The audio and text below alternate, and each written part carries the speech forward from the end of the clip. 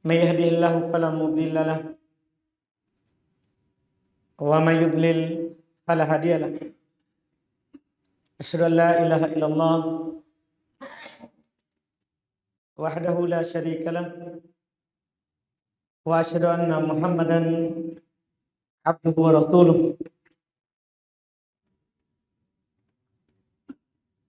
صلى الله عليه وعلى آله وأصحابه ومن tabi'ahum bi ihsan ila yaumiddin.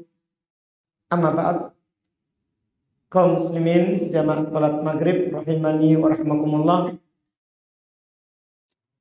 Alhamdulillah, kita di malam hari ini kembali melanjutkan kajian fikih dengan membaca kitab Umdatul Fiqhi karya Imam Ibn Qudamah Al-Maqdisi rahimahullahu ta'ala. Setelah sebelumnya kita selesai pembahasan rinci tentang sholat dari takbiratul ihram sampai salam. Setelah itu beliau menyimpulkan, memisahkan perkara-perkara yang rukun, dan di pertemuan terakhir kita sudah selesai dari pembahasan hal-hal yang rukun di dalam sholat. Artinya kalau tidak dilakukan maka sholatnya tidak sah. Sekarang beliau melanjutkan menyebutkan dari apa yang telah lewat, hal-hal yang wajib dari amalan atau perbuatan sholat. Kata beliau rahimahullahu ta'ala, wa wajibatuha sab'atun. Hal-hal yang wajib di dalam sholat itu ada 7. Sementara sebelumnya beliau sebutkan hal yang rukun itu ada 12. Hal yang rukun itu ada 12. Sementara hal yang wajib itu ada 7. Berarti nanti selain yang 19 ini, yaitu antara wajib dan rukun, berarti hukumnya nanti sunnah. Nah, wajib itu mirip dengan rukun dalam artian harus dilakukan. Hanya saja perbedaannya, kalau rukun ketika ditinggalkan batal rakaatnya, harus diganti.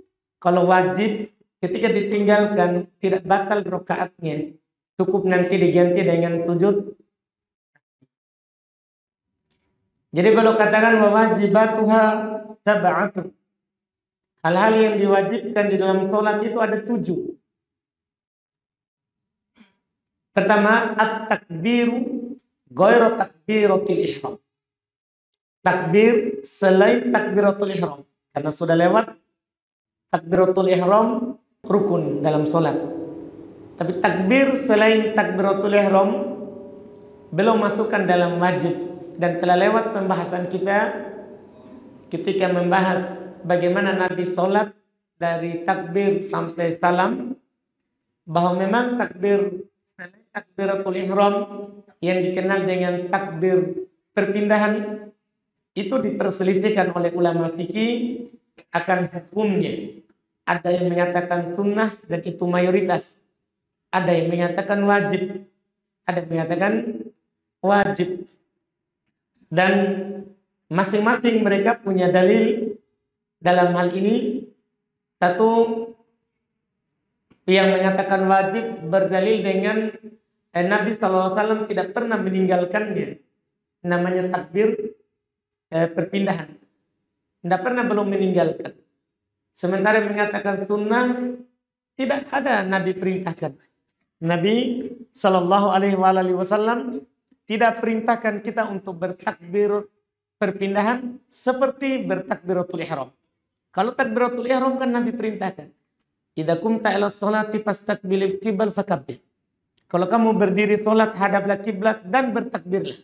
Sementara takbir perpindahan tidak diperintahkan. Yang paling kuat yang kita kuatkan sebelumnya, takbir perpindahan itu hukumnya adalah sunnah. Walaupun untuk keluar dari silang pendapat, jangan ditinggalkan. Jangan ditinggalkan. Kemudian berikutnya kata beliau, wat tasbih fir ruku' was sujud. Marrah. Termasuk yang wajib adalah membaca tasbih di ruku dan sujud satu kali. Maksudnya di ruku kita baca subhana rabbiyal azim, di sujud kita baca subhana rabbiyal a'la. Satu kali yang wajib. Adapun ditambah 2 kali sampai 3 kali atau sampai selama kita ruku atau selama kita sujud, itu hukumnya sunnah. Hukumnya adalah sunnah. Yang wajibnya adalah sekali. Yang wajibnya adalah sekali. Kemudian beliau berkata wat tasmi' wat tahmid fi raf'i minar ruku'. Demikian pula termasuk perkara yang wajib adalah tasmi', yaitu kita mengucapkan sami Allahu liman hamida, wat tahmid, dan kita mengucapkan rabbana lakal hamd. Tentunya ini kalau kita sholat sendiri.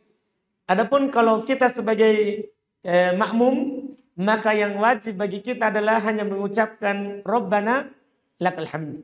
Dan ketika imam, maka yang wajib bagi dia adalah mengucapkan sami Allahu liman hamidah. Adapun rabbana walakal hamd, itu para ulama menyatakan hanya sunnah bagi imam. Hanya sunnah bagi imam. Ini yang beliau katakan ini kalau kita sholat sendiri. Kalau kita sholat sendiri. Kemudian beliau berkata wa qaulu rabbi firli. Demikian pula termasuk yang wajib adalah ucapan rabbi firli antara 2 sujud, bainas sajdatain. Antara 2 sujud. 1 kali. Kalau diulang 2 kali atau 3 kali, itu namanya sunnah. Itu namanya sunnah. Wa tasyahud al-awwal. Termasuk yang wajib adalah tasyahud awal. Karena Nabi SAW pernah lupa tasyahud awal dan beliau tidak duduk kembali. Beliau hanya ganti dengan sujud sahwi. Itu menunjukkan bahwa tasyahud awal hukumnya adalah wajib. Adapun tasyahud akhir sudah lewat. Ketika beliau menyebutkan hal-hal yang rukun, maka beliau sebutkan adalah tasyahud akhir. Tasyahud akhir. Wal julusulahu. Termasuk yang wajib adalah duduk untuk tasyahud. Duduknya untuk tasyahud. Adapun cara duduknya sunnah ya. Cara duduknya iftirash atau tawarruk. Itu hukumnya sunnah. Yang wajib adalah duduk tasyahud. Tapi bagi yang mampu. Adapun yang tidak mampu duduk, boleh dia berbaring. Kemudian kata beliau termasuk yang wajib adalah wassalatu ala nabi fit tasyahudil akhir. Perhatikan ini. Salawat atas Nabi di tasyahud akhir. Karena tasyahud awal tidak ada salawat. Bagi solat yang memiliki 2 kali tasyahud. Seperti solat maghrib, isya, duhur, asar. Di tasyahud awal tidak ada salawat. Di tasyahud akhir beliau katakan hukumnya adalah wajib. Bahkan sebagian ulama mengatakan tasyahud akhir rukun baca sholawat. Kata beliau ini setelah menyebutkan semuanya ini 7. Semuanya 7. Fahadi intarokaha amdan batalat sholatuhu. Ini tadi kalau ditinggalkan sengaja batal sholat. Sengaja orang tidak melakukan bacaan ruku, bacaan sujud, tidak melakukan tasyahud awal, sengaja ditinggalkan, batal sholatnya. Jadi ini hal-hal yang wajib, itu ketentuannya. Kalau sengaja ditinggalkan, batal sholat. Beda dengan yang rukun. Sengaja ataupun lupa, membatalkan sholat. Kalau rukun. Kalau wajib, sengaja ditinggalkan, batal sholatnya. Wa in tarokaha sahwan. Kalau dia tinggalkan karena lupa. Lalai hatinya dari sholat sehingga dia lupa lakukan itu. Sajadalah, maka dia cukup sujud untuk menggantikannya. Yaitu melakukan sujud apa?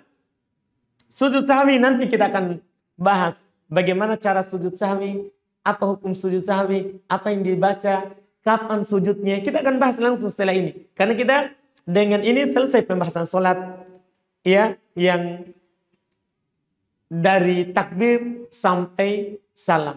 Kemudian setelah itu beliau berkata, wa ma ada hada fasunan. Selain ini maka sunnah. La tabtulus sholatu bitarkiha. Ini yang sunnah. Tidak batal sholat kalau meninggalkannya. Sengaja ataupun lupa. Sengaja ataupun lupa. Tidak batal sholat dengan meninggalkannya. Wala yajibus sujudu li sahbiha. Tidak wajib sujud kalau lupa. Ini yang sunnah. Iya. Ini yang sunnah. Jadi kalau kita menyebutkan ulang hal yang rukun dan yang wajib, belum sebutkan yang rukun ada 12. Berdiri, takbiratul ihram, baca Al-Fatihah, ruku, bangkit dari ruku, sujud, dan 2 kali sujud itu, sujud di atas 7 anggota sujud, julus duduk antara 2 sujud, tumakninah di dalam semua tadi itu, tasyahud akhir, duduk untuk tasyahud akhir, salam yang pertama. Ini hal-hal yang rukun. Kemudian hal-hal yang wajib tadi, takbir selain takbiratul ihram, tasbih, bacaan ruku, bacaan sujud, bacaan bangkit dari ruku, kemudian bacaan antara 2 sujud, tasyahud awal, duduk untuk tasyahud awal, dan salawat kepada Nabi SAW. Ini semua ini semuanya adalah jadi 19. Ini hal-hal yang antara rukun dan wajib. Selain itu, hukumnya adalah sunnah. Berarti, kalau kita melihat dari awal sholat, hukum yang sunnah. Mengangkat tangan di takbiratul ihram. Tidak masuk dalam rukun, tidak masuk dalam wajib. Berarti mengangkat tangan ketika takbiratul ihram sunnah. Karena tidak masuk. Kemudian mengangkat sebahu atau sedaun telinga sunnah juga. Karena tidak masuk di rukun, tidak masuk di wajib. Meletakkan kanan di atas kiri juga belum masukkan dalam sunnah. Karena tidak masuk dalam wajib, tidak masuk dalam rukun sebelumnya. Kemudian ketika sujud, meletakkan tangan di atas lutut ketika ruku. Itu belum masukkan dalam sunnah. Walaupun sebagian ulama mengatakan, kan belum disebutkan. Tapi yang benarnya ini sebenarnya wajib. Cuman belum tidak berpendapat seperti itu. Sehingga belum tidak memasukkan ini wajib. Karena ada hadis Nabi SAW yang memerintahkan. Bahwa kalau kita ruku, kita harus meletakkan tangan di lutut. Kita harus meletakkan tangan di lutut. Kemudian bangkit dari ruku, mengangkat tangan, hukumnya sunnah. Karena tidak disebutkan dalam rukun dan dalam wajib. Turun, sujud. Sujudnya kan rukun. 2 kali sujud rukun. Duduk antara 2 sujud. Itu hukumnya wajib duduknya. Tapi cara duduknya iftirash atau ik'a hukumnya sunnah. Karena disebutkan dalam wajib. Kemudian bangkit dari sujud kedua. Bersandar dengan tangan hukumnya sunnah. Karena tidak masuk dalam wajib. Dan tidak masuk dalam hal yang rukun. Bangkit dengan bersandar kepada telapak tangan di lantai, itu adalah sunnah. Dan Imam Nawawi khusus masalah ini, saya baca terakhir, beliau katakan jangan tertipu dengan orang meninggalkannya. Masalahnya hadis riwayat Bukhari. Sebagian orang kadang taklid kepada orang, dia lihat orang, tanpa dia baca, tanpa dia tahu dalilnya. Karena orang mengatakan tidak sunnah, tidak punya dalil. Orang yang mengatakan tidak sunnah bangkit dengan bersandar dengan kedua tangan, itu tidak punya dalil. Yang mengatakan tidak sunnah. Yang punya dalil adalah yang mengatakannya sunnah. Oleh karena itu Imam Nawawi keras belum membantah orang. Kadang Imam Nawawi kadang belum bermudahan. Tapi dalam hal ini karena banyaknya orang meninggalkan sunnah, bersandar dengan 2 tangan ketika bangkit dari sujud, belum bawakan ayat wa ma atakumur rasulu fakhudhu wa ma nahakum anhu fantahu. Apa yang dibawa oleh Rasul maka ambil, apa yang dilarang oleh Rasul tinggalkan. Ini Rasul lakukan. Dalam hadis Sahih Bukhari, Nabi bangkit dengan bersandar 2 tangan dan duduk dulu istirahat. Beliau agak keras di sini, itu yang saya baca lagi terakhir, dan memang punya sisi kekuatan. Masalahnya yang mengatakan sunnah punya dalil, yang mengatakan tidak sunnah tidak punya dalil. Tidak punya dalil yang mereka uraikan. Tidak ada dalil yang mereka jelaskan. Jadi sunnah bangkit, duduk dari setelah sujud pertama, kedua, duduk, istirahat, kemudian bangkit menggunakan bersandar dengan kedua tangan. Bersandar dengan kedua tangan, dan kita tidak boleh tertipu, kata Imam Nawawi, dengan apa yang dilakukan oleh orang-orang yang langsung bangkit. Yang langsung bangkit. Kemudian beliau tidak sebutkan mengangkat tangan saat tasyahud awal. Berarti itu masuk dalam hukum apa? Sunnah. Dan memang seperti itu, karena mengangkat tangan ada 4 tempat yang disunahkan dalam sholat. Dalam sholat disebutkan dalam hadis Bukhari Muslim dari Abdullah bin Umar bahwa Nabi mengangkat pada 3 tempat. Ketika takbiratul ihram, ketika mau ruku, ketika bangkit dari ruku. Kemudian dalam riwayat Imam Al-Bukhari beliau tambah tempat yang keempat, ketika bangkit dari tasyahud awal. Dan beliau terangkan, bahkan Nabi SAW la yaf'alu dzalika fi sujud. Dan Nabi SAW tidak melakukan itu ketika bangkit dari sujud. Jadi ini hanya di situ saja tempatnya. Ketika takbiratul ihram, Allahu Akbar. Ketika ruku, Allahu Akbar. Ketika bangkit, sami Allahu liman hamidah. Itu 3 tempat. Tempat terakhir adalah ketika bangkit dari tasyahud awal. Itu mengangkat tangan. Itu mengangkat tangan. Kemudian salam beliau sebutkan di dalam rukun, salam pertama. Adapun salam kedua tidak ada di rukun, tidak ada di wajib. Berarti hukumnya adalah apa? Sunnah. Salam yang kedua dalam sholat hukumnya adalah sunnah. Demikian pula menengok ke kanan dan ke kiri. Tidak ada di wajib, tidak ada di rukun sebelumnya. Berarti hukumnya apa? Sunnah. Kan yang wajib salam. Nabi kan cuma katakan yang rukun salam. Tahliluha taslim. Yang menghalalkan kita untuk melakukan hal lain adalah salam. Adapun menengok ke kiri dan ke kanan itu adalah hukumnya sunnah. Itu hukumnya adalah sunnah. Dengan ini alhamdulillah berarti kita sudah selesai dari pembahasan sholat. Setelah itu beliau akan membahas sujud sahwi. Kemudian berikutnya lagi beliau akan masuk dalam pembahasan setelah sujud sahwi, sholat-sholat sunnah. Beliau akan bahas sholat-sholat sunnah insyaallah. Dan akan datang pembahasannya. Kita masuk sedikit sekarang di pembahasan sujud sahwi. Sengaja beliau ikutkan pembahasan sujud sahwi setelah pembahasan cara sholat.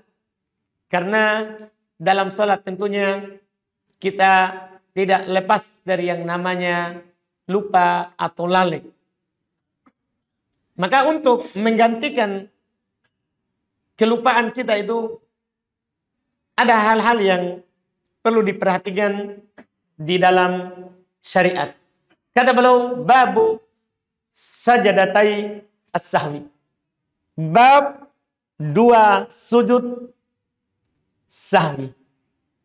Bab 2 sujud sahwi. Sujud sahwi diperselisihkan oleh para ulama akan hukumnya ketika kita lupa atau luput sesuatu dalam sholat. Di antara para ulama rahimahumullahu ta'ala ada yang berpendapat sunnah. Itu hukumnya sujud sahwi. Ini disebutkan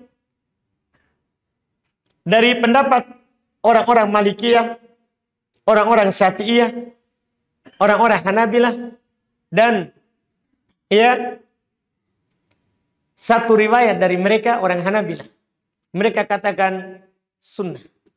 Sementara sebagian lagi orang-orang Hanafiyah, demikian pula sebagian Hanabilah mengatakan wajib. Mengatakan wajib. Artinya dari dua pendapat ini, kalau kita nanti pegang yang sunnah, kalau kita tidak sujud berarti tidak ada masalah. Tidak dosa. Tapi kalau kita pegang nanti pendapat yang wajib, maka berdosa kalau kita tinggalkan. Kalau kita tidak sujud sahwi. Dari dua pendapat ulama madhab ini, mana yang kuat? Maka untuk menentukan yang kuat, kita harus melihat kepada dalil hadis dari Nabi Shallallahu Alaihi Wasallam. Nabi dalam hal ini telah ada terjadi di masa beliau dan beliau sendiri yang lupa. Beliau pernah lupa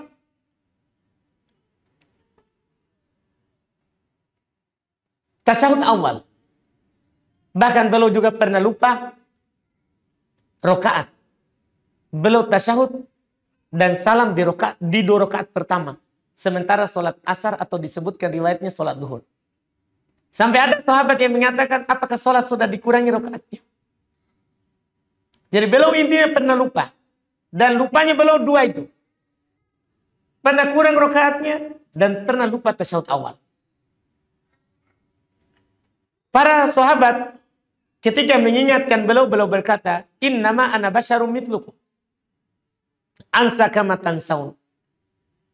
Saya, kata Nabi, adalah manusia seperti kalian.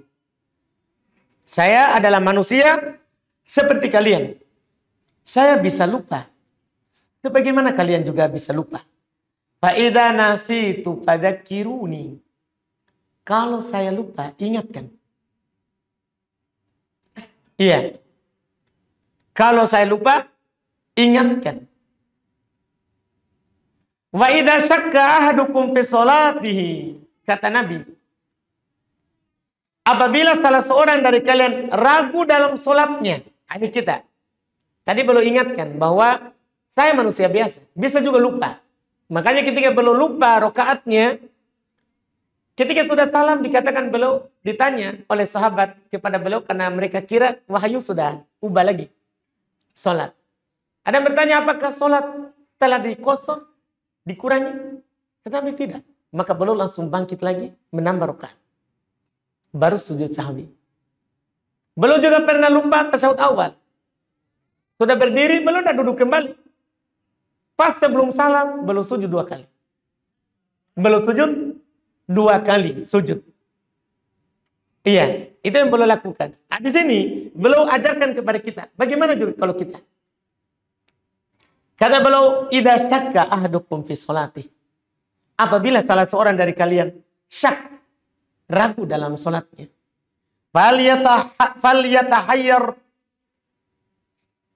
falyataharra as-shawab. Hendaklah dia mencari yang benarnya. Kata Nabi, dia cari yang benar dulu. Jadi kita ragu ini. Ini kurang atau lebih? Bangun di atas yang yakinnya. Iya, bangun di atas yang yakinnya. Setelah itu tinggal kalau kita yakin, oh kurang, sudah bangkit. Atau sudah lebih, duduk. Duduk, bangun di atas yang yakin. Setelah itu, kata Nabi, fal yutimma alaihi. Setelah itu dia sempurnakan di atasnya. Tsumma liwasallim. Kemudian setelah itu dia salam. Tsumma yasjudu sajdatain. Tinggal dia sujud 2 kali sujud. Ucapan Nabi ini, Nabi SAW katakan, tsumma yasjudu. Kemudian dia sujud. Ini diatopkan kepada kata-kata sebelumnya diperintahkan. Cari yang benar, cari yang yakin, kemudian dia salam, kemudian dia sujud.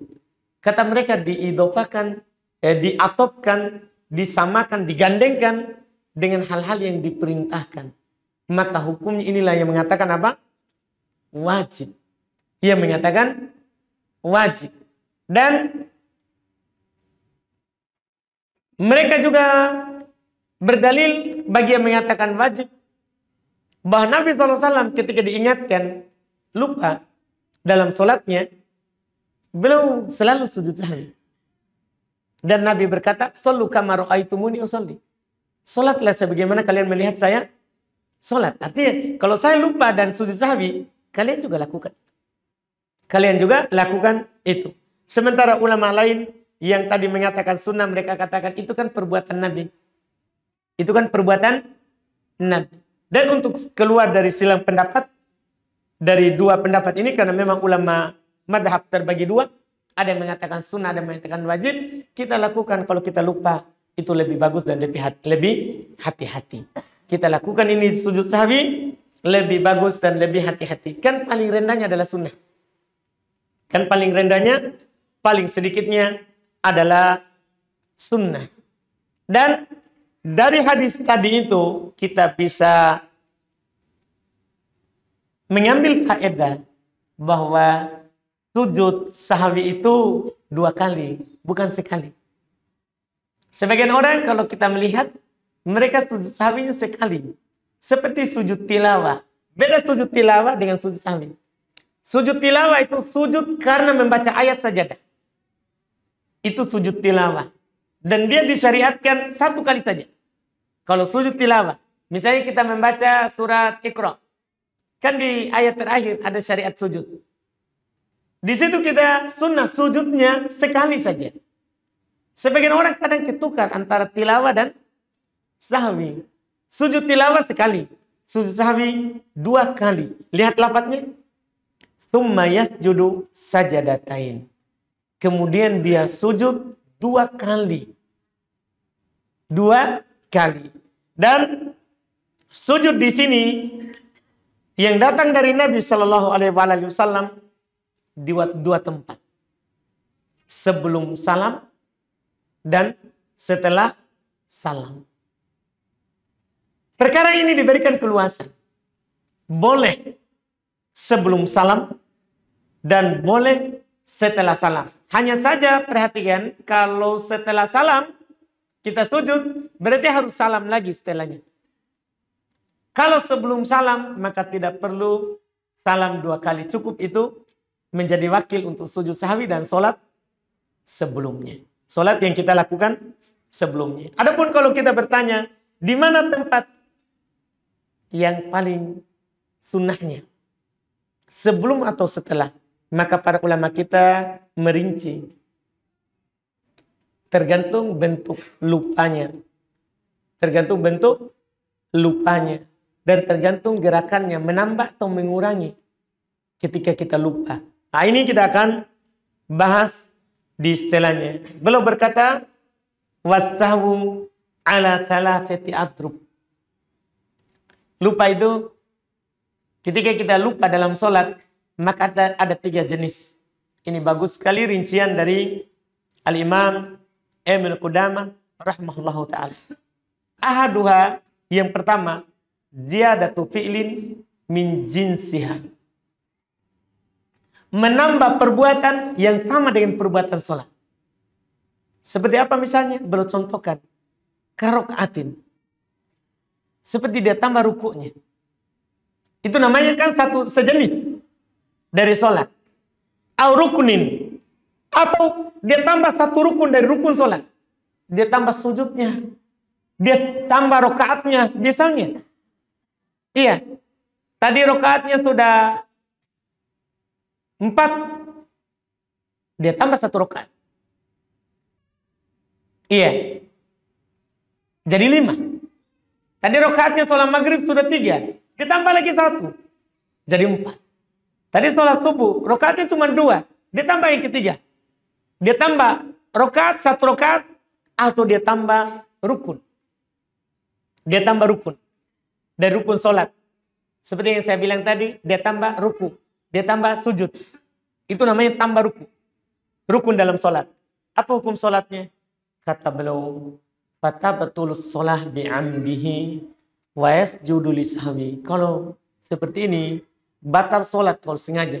Kalau dia sengaja tambah rokaat ke-5, rokaat ke-4, rokaat ke-3, batal sholatnya tidak sah. Tidak sah. Iya. Kalau sengaja. Kalau lupa. Kata beliau, wa yasjudu lisahwihi. Dan dia sujud karena lupanya. Karena lupanya. Kalau sengaja batal sholatnya, dia ulangi. Tidak sah sholat orang yang menambah rakaat. Tidak sah sholat orang yang menambah rakaat. Atau menambah rukun. Dia sujud 3 kali.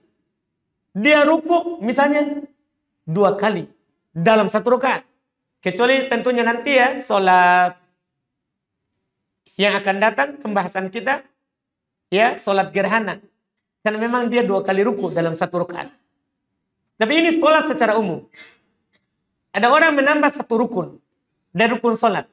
Dia tambah satu ruku, dia tambah satu sujud, batal sholatnya. Tapi kalau dia tambah karena lupa, maka dia sujud untuk sahwi. Sujud karena lupanya itu. Sujud sahwi. Wa in dzakara wa huwa fi raq'atiz zaidah. Ini belum sebutkan jalan keluar. Kalau dia ingat sementara dia di satu rakaat tambahan. Maksudnya kasus kita sholat maghrib. Di rakaat ketiga malah bangkit di rakaat keempat. Kita ingat saat kita lagi berada di rakaat itu, apa yang harus kita lakukan? Kata beliau, jalasa fil hal, langsung datang duduk saat itu. Jadi tidak boleh kita sempurnakan dulu, malah ruku lagi, bangkit dari ruku, baru sujud lagi. Enggak, langsung duduk. Jadi kalau kita misalnya sholat maghrib, saatnya tasyahud akhir, rakaat ketiga, malah kita bangkit ke rakaat keempat. Setelah berdiri, baru kita ingat, sudah 4. Wajib langsung duduk. Tidak boleh dia meneruskannya. Ini yang disebutkan. Jadi di sini kita tahu bahwa tidak perlu kita batalkan. Kalau saat itu kita ingat masih dalam sholat, kita cukup langsung duduk fil hal. Duduk ketika itu langsung. Duduk ketika itu langsung. Dan setelah itu ia tinggal dia sujud sahwi. Sekarang itu kan tambah. Bagaimana kalau kurang? Kita malah salam ternyata kurang. Nah, ini juga ada pembahasannya. Kata beliau, wa in sallama an naqsin fi sholati.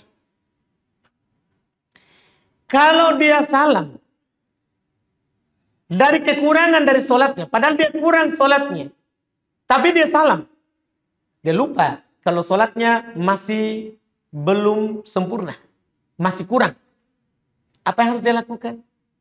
Kata beliau, ata bima baqiya alaihi minha thumma sajada. Masya Allah. Ya, cukup dia kalau sudah salam, baru dia ingat, maka dia langsung lakukan langsung.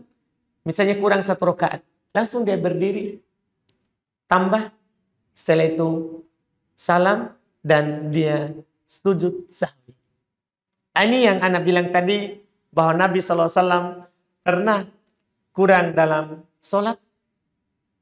Kurang dalam sholat. Sampai sahabat bertanya, apakah telah dikosor? Atau engkau lupa ya Rasulullah? Kata Rasulullah, tidak. Tidak dikosor. Maka Rasulullah SAW langsung berdiri. Padahal kata sahabat yang meriwayatkan hadis, orang-orang sudah keluar. Orang-orang yang langsung keluar setelah salam sudah keluar. Tapi setelah dikasih tahu, Nabi langsung berdiri lagi. Dan belum sholat serta sujud 2 kali sujud setelah salam. Ini kalau kurang. Jadi kalau kurang, tambah. Walaupun sudah salam. Walaupun sudah salam. Kalau lebih, tidak boleh dilanjutkan. Tidak boleh dilanjutkan. Kemudian, kata beliau berikutnya, walau fa'ala ma, ini semua dalam jenis sholat. Sekarang walau fa'ala ma laisa min jinsi sholat. Seandainya kalau dia melakukan apa yang bukan dari jenis sholat, dia melakukan perbuatan lain, bukan dari perbuatan sholat, bukan ruku, bukan sujud, bukan 1 rakaat, bukan. Kata beliau, kalau dia lakukan apa yang bukan dari jenis sholat, lastawa amduhu wa sahwu, dan sama antara sengaja atau lupanya. Fa in kana katsiran abtalah. Masya Allah. Kalau banyak dia sudah banyak, dia kurang misalnya sholatnya, terus dia sudah berjalan, udah melakukan hal-hal lain. Dia melakukan hal-hal lain. Atau sedang sholat, tapi dia melakukan hal yang bukan dari perkara sholat. Bukan dari perkara sholat. Ya, kata beliau, abtalaha, itu membatalkan sholatnya. Artinya, kalau kita lupa rakaat, kita salam misalnya di rakaat kedua, lupa ternyata masih kurang. Kita berjalan, melakukan kegiatan banyak, maka wajib kita ulang sholatnya karena batal yang pertama tadi. Tidak disambung. Tidak disambung. Wa in kana yasiran, kalau sedikit. Kalau sedikit. Iya. Bahkan di dalam sholat kita melakukan perbuatan sedikit. Seperti apa misalnya sedikit? Kafi'ilin Nabi fi hamlati Umamah. Seperti Nabi pernah sholat menggendong Umamah.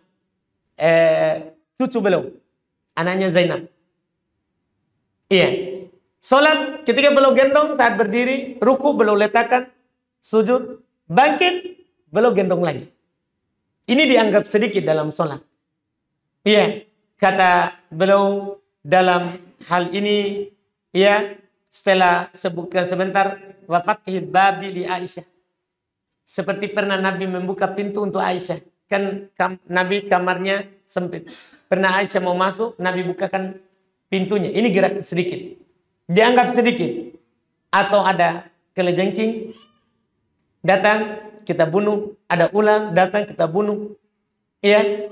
Yang disebutkan dalam hadis Nabi SAW. Kalau sedikit, kata beliau, fala ba'sa bih. Kalau ini tidak mengapa. Kalau ini baik, tidak mengapa. Walaupun untuk masalah dianggap sedikit atau banyaknya ini takarannya kemana? Ukurannya apa? Kata para ulama dalam hal ini tidak ada batasan dari Nabi SAW. Yang ada adalah kembali ke urf. Kalau orang bilang banyak, itu sudah banyak. Kalau orang bilang itu masih sedikit, itu dianggap sedikit. Alhamdulillah ini yang pertama dari jenis yang disyariatkannya sujud sahwi. Iya, wallahu alam. Kita lanjutkan lagi nanti insyaallah yang kedua. Kita cukupkan dan kita lihat sini pertanyaan. Boleh bertanya langsung? Silakan.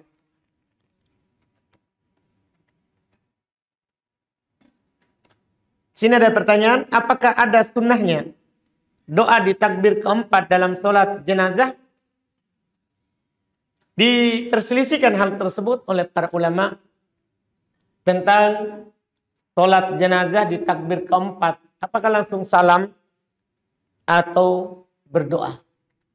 Yang terkenal dari Nabi SAW dan para sahabat serta mayoritas ulama bahwa dalam sholat jenazah itu di rakaat pertama setelah iftitah kita baca Al-Fatihah. Rakaat kedua kita bersolawat. Rakaat ketiga kita berdoa. Rakaat keempat salam. Itu yang terkenal. Dan ada yang membolehkan berdoa karena tidak ada juga larangan dari Nabi. Mereka berdalil dengan dalil umum yang Nabi SAW katakan, "Idza shallaitum 'alal janazah fa'akhlisu lahu du'a." Kalau kalian mensolati jenazah, ikhlaskan doa. Ikhlaskan doa. Bahkan sebagian mereka mengatakan kalau rakaat pertama, takbir pertama dia doa, kedua dia doa, ketiga dia doa, keempat dia doa, sah sholatnya. Karena yang rukun katanya dalam sholat jenazah adalah takbir 4 kali dan doa. Takbir 4 kali dan doa. Itu kata mereka yang rukunnya. Yang rukunnya. Itu wallahualam tidak apa-apa dia berdoa. Tapi yang sunnahnya doanya hanya di rakaat di takbir yang ketiga. Itu yang sunnahnya yang datang hal tersebut dari Nabi SAW.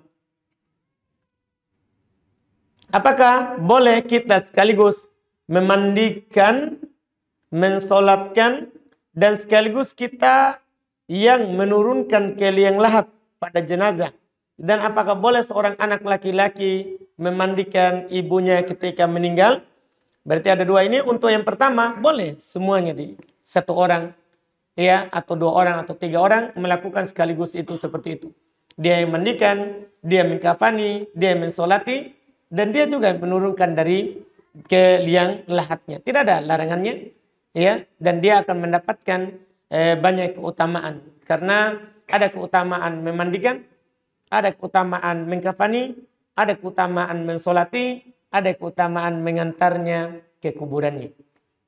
Ada keutamaan mengantarnya ke kuburan. Semua kita akan dapatkan dan masuk dalam dalil umum anjuran untuk melakukan hal itu. Kemudian apakah boleh seorang anak laki-laki memandikan ibunya ketika meninggal? Boleh. Boleh. Nabi berkata kepada Aisyah, kalau seandainya kamu yang meninggal duluan, saya akan memandikan kamu.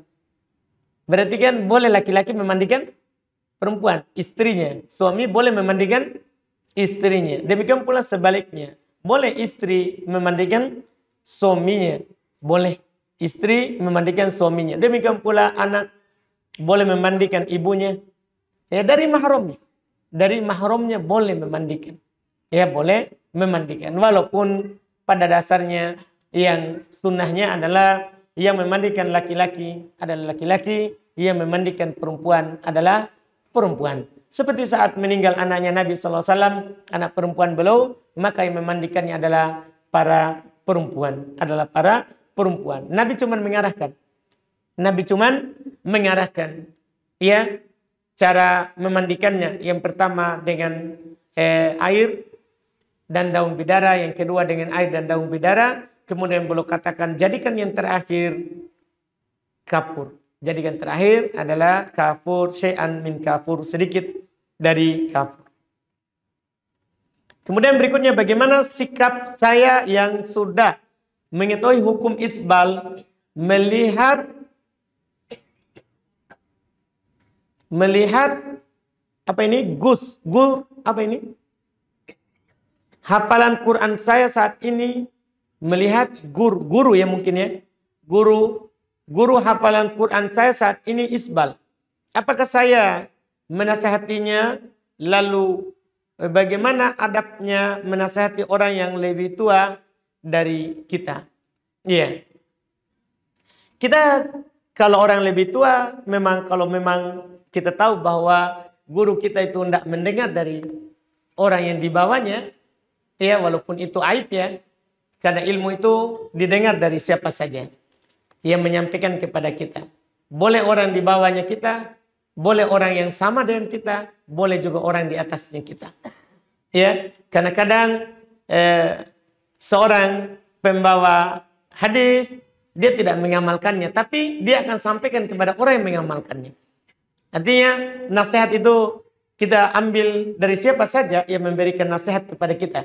Karena kalau ada orang menasihati kita, berarti dia cinta kepada kita. Karena para ulama kita mengatakan, man nasahak faqad ahabbat. Siapa yang menasihatimu, maka dia suka denganmu. Karena Nabi SAW katakan, la yu'minu ahadukum hatta yuhibba li akhihi ma yuhibbu li nafsi. Tidak beriman salah seorang dari kalian sampai dia cinta untuk saudaranya apa yang dia senangi untuk dirinya. Saya senang untuk itu. Melakukan sunnah itu. Maka bentuk cinta kita kepada orang lain, saudara kita kasih tahu juga itu. Makanya ketika ada orang kasih tahu, kita katakan jazakallahu khairan. Ya, jazakallahu khairan. Nah, terkait dengan tadi itu, ya, untuk menasehatinya, lihat. Kalau memang tidak dia terima seperti itu, tidak perlu kita nasihati, kita boleh bertanya kepadanya. Boleh dalam bab bertanya. Karena kalau kita menasehati kadang tidak diterima kan begitu. Kalau kita tahu dia tidak menerima dari bawah. Boleh kita bertanya kepadanya. Apa misalnya, apa hukum isbal? Kalau itu tentang isbal.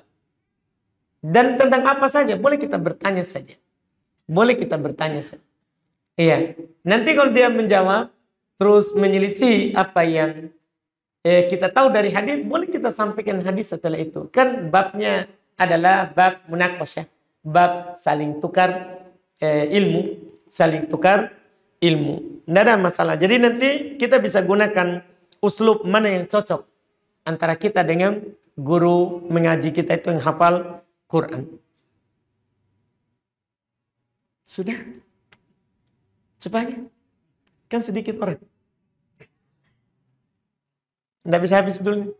Biar sedikit. Sudah. Masya Allah. Baik, kita cukupkan. Alhamdulillah. Masih ada 2 kertas. Tapi sudah masuk waktu. InsyaAllah ta'ala kita lanjutkan di pertemuan akan datang. Subhanallah. Hamdik. Asyhadu an la ilaha illa anta astaghfiruka wa atubu ilaik. Assalamualaikum warahmatullahi wabarakatuh.